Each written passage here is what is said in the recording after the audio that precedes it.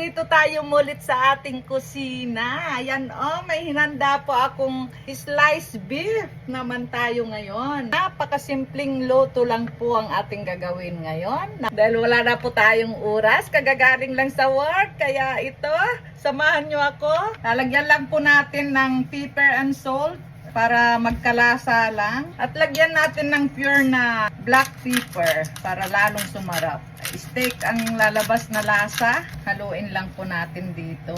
Ipiprito lang po natin to. Okay na po yan. Nagpainit na tayo rito ng fry pan. Lalagay po tayo ng kunting olive oil.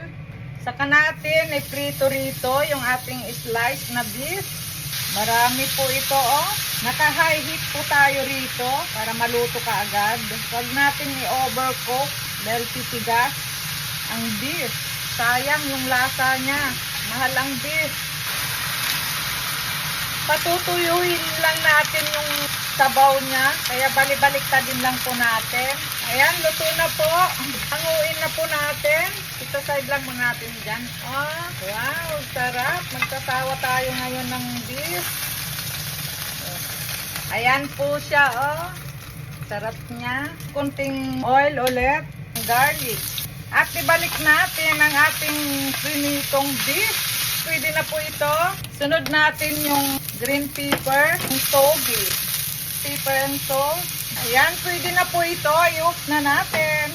Pang-side po natin sa ating beef. Ayan, para may gulay naman. Ayan, ang bilis nating nakaluto. Ayan po, nakaluto na po tayo muli.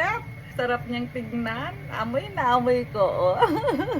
Ang bango-bango. Dahil gutom na tayo, kumain na po tayo. Hanggang dito na lamang po. Thank you for watching. God bless us all. Bye. See you next vlog.